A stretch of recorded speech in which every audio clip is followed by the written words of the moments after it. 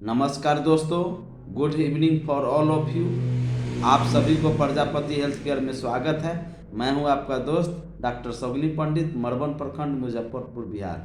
मैं first batch के जो ग्रामीण चिकित्सक साथी हैं 21,000 है, उनके लिए भी मैं बताने वाला हूं। जो जानकारी हमें प्राप्त हुई है उनको मैं बताऊंगा, और जो सेकेंड बैच के ग्रामीण चिकित्सक साथी हैं उनके लिए जो परीक्षा में जो एग्ज़ाम में जो पूछे जाएंगे उसके लिए मैं सटीक क्वेश्चन तैयार किया हूं, और वह क्वेश्चन आप लोगों को बीच में शेयर करने वाला हूं। तो निश्चित ही आप मेरे वीडियो को शुरू से लास्ट तक ज़रूर देखेंगे, ताकि आपको एग्ज़ाम में आपको कहीं भी परेशान होने की ज़रूरत नहीं पड़ेगा और आप निश्चित ही सफल होंगे। तो तैयारी में लगे रहें, और जो मैं क्वेश्चन आप लोगों को भी शेयर करूंगा उसे ज़रूर से ध्यान से देखेंगे। दोस्तों, उसमें पहला क्वेश्चन है दोस्तों कि मानव शरीर में प्रयुक्त होने वाले विभिन्न प्रकार के जहरों का उल्लेख कीजिए और उनके उपचारों का उल्लेख कीजिए। यानी मानव शरीर में प्रयुक्त होने वाले विभिन्न प्रकार के जहरों का उल्लेख कीजिए और उनके उपचारों का भी उल्लेख कीजिए। उसका ट्रीटमेंट क्या होगा, इसका उपचार क्या होगा, उसके बारे में आपको उल्लेख करके लिखना है। दूसरा क्वेश्चन आपका आ सकता है जो VVI क्वेश्चन है, उसमें विभिन्न प्रकार के फ्रैक्चरों के नाम और उनके उपचार बताइए। जो आप लोग जानते हैं कि 6 टाइप्स का फ्रैक्चर होता है, और उस फ्रैक्चर का उसका उपचार क्या है, उसका इलाज क्या है, उसके बारे में आपको लिखना है, डिटेल लिखना है। तीसरा क्वेश्चन है कि उच्च ज्वर यानी हाई फीवर के उपचार का उल्लेख करें। हाई फीवर हो जाता है, उसमें आपको क्या उपचार करेंगे, कौन सी दवाई देंगे जिससे उसका बॉडी टेम्परेचर कमेगा।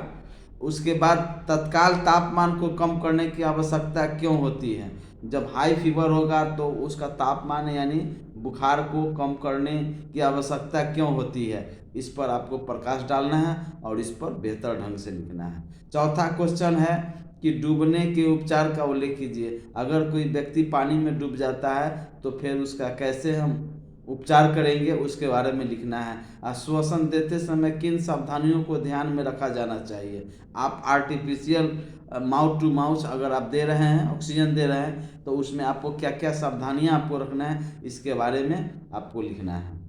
तो दोस्तों, जो फर्स्ट बैच के जो हमारे ग्रामीण चिकित्सक साथी हैं उन सभी ने आप अनेक न्यूज़पेपर में अन्य माध्यम से आप देख रहे हैं कि जो पटना में जो हमारे पटना के धरती पर गढ़नी बाग में जो शिक्षक संघों ने जिस तरह से अपनी जनसंख्या दिखाई है, जिस तरह से एकता दिखाई है, रियली में काबिले तारीफ है। और इस ढंग का भी हम लोगों का ग्रामीण चिकित्सकों का भी इसी तरह का जमावड़ा लगना चाहिए, इसी तरह से एकता बनाए करके रखना चाहिए और इसी तरह से वहाँ पहुँचना चाहिए। तो मैं बिहार के तमाम जो 5 से 6 लाख ग्रामीण चिकित्सक साथी हैं उनसे मेरा पुनः हाथ जोड़ कर विनती है कि ये आपका जो चुनाव है, जो लोकसभा चुनाव है, लोकसभा चुनाव से पहले, आचार संहिता से पहले अगर सरकार हम लोगों का नियोजन नहीं करती है, नोटिफिकेशन नहीं निकालती है,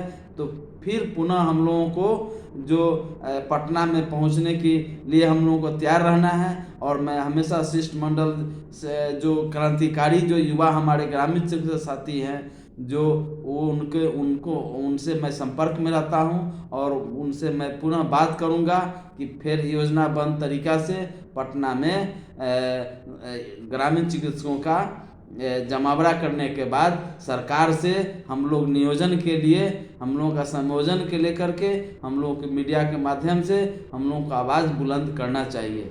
क्योंकि जब तक याद नहीं दिलाएंगे तब तक सरकार सुनने वाला नहीं है। और आप लोग देखे ही हैं कि जब नीतीश कुमार RJD में थे, उस समय जब पटना में धरना प्रदर्शन हुआ था, तो आप लोग सभी लोगों को पता है कि अभी जो वर्तमान में उप मुख्यमंत्री सह स्वास्थ्य मंत्री सम्राट चौधरी जी हैं, जिन्होंने वादा भी किए थे कि आप लोगों का मांग जायज़ है और आप लोगों की मांग को सरकार को मान लेनी चाहिए। तो अब तो खुद वो अपने स्वास्थ्य मंत्री भी है और सह उप मुख्यमंत्री भी है, तो उन लोगों को फिर हम लोगों को बुलवाना चाहिए और अपना ज्ञापन को सौंपना चाहिए। शुरू में जो हम लोगों ने दिए थे उस समय वो विपक्ष में थे, अभी वो सत्ता में हैं, तो निश्चित ही हम लोगों को बातों को सुना जाएगा और हम लोगों का रिजल्ट पॉजिटिव आएगा और हम लोग होंगे कामयाब। तो पुनः मैं सभी साथियों से बिना गिला शिकवा के, बिना किसी तरह के भेदभाव के, आप लोग जब भी प्रोग्राम बनता है पटना में, गर्दनी बाग में या कहीं भी, तो जुटने का कार्य करें। और दूसरा बात मैं ग्रामीण चिकित्सकों को कहना चाहता हूँ कि किसी भी भाई को एक दूसरे से द्वेष की भावना नहीं रखना है, जातिवाद की भावना नहीं रखना है। हम लोग ग्रामीण चिकित्सक एक अलग समूह है, एक अलग जात है, जो इसमें कोई किसी तरह का ये नहीं होना चाहिए दुविधा कि हम ये हैं तो हम वो हैं, तो हम ऐसे हैं तो हम वैसे हैं, हम इतना ज्ञानी। ठीक है, आपके पास ज्ञान है, सब ठीक है, आप अपने तरीक़ा से कीजिए, लेकिन एकता को बनाए रखिए। एकता में ही बल है। अगर एकता, आज हम लोगों का जो विलम्ब इतना दिन हुआ ग्रामीण चिकित्सकों का, इसके पीछे रीजन है कि हम लोग आज तक एकता नहीं हुए।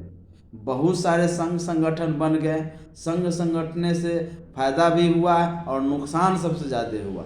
नुकसान इसलिए हुआ कि अगर कोई संगठन में है, दूसरे संगठन का अगर कोई व्यक्ति वहाँ जाता है तो उस संगठन के लोग नहीं जाएगा। अगर उस संगठन के लोग चाह करके भी चले जाएंगे, अगर उनको पता चलेगा कि वो चले गए हैं मेरे आका के आदेश के बिना ही चले गए, हमारे राष्ट्रीय अध्यक्ष के बिना बताए चले गए, तो उनको उसी समय उस संगठन से रिमूव कर दिया जाएगा, हटा दिया जाए। कहीं ना कहीं इसका भी डर हमारे ग्रामीण चिकित्सक साथियों को रहता है। तो मैं खास करके जो प्रशिक्षित ग्रामीण चिकित्सक है, वो अपने हक और अपना अधिकार के लिए पटना में निश्चित ही जब भी आयोजन होता है, धरना प्रदर्शन की बात होगी, मैं आपको वीडियो के माध्यम से, यूट्यूब के माध्यम से मैं आऊँगा और आप लोगों को अवगत कराऊँगा। और उसमें जो बिहार भर के ग्रामीण चिकित्सक, जिस तरह से शिक्षकों ने एकता दिखाई है, उस तरह से हम लोगों को भी एकता दिखाना है और हम लोगों को पटना में आने का कार्य करना है। अभी डेट का फिक्सेशन नहीं हुआ है, सरकार अभी किसी तरह का, अभी तो आप 12 तारीख को देख रहे हैं, सरकार अस्थायी हुई है।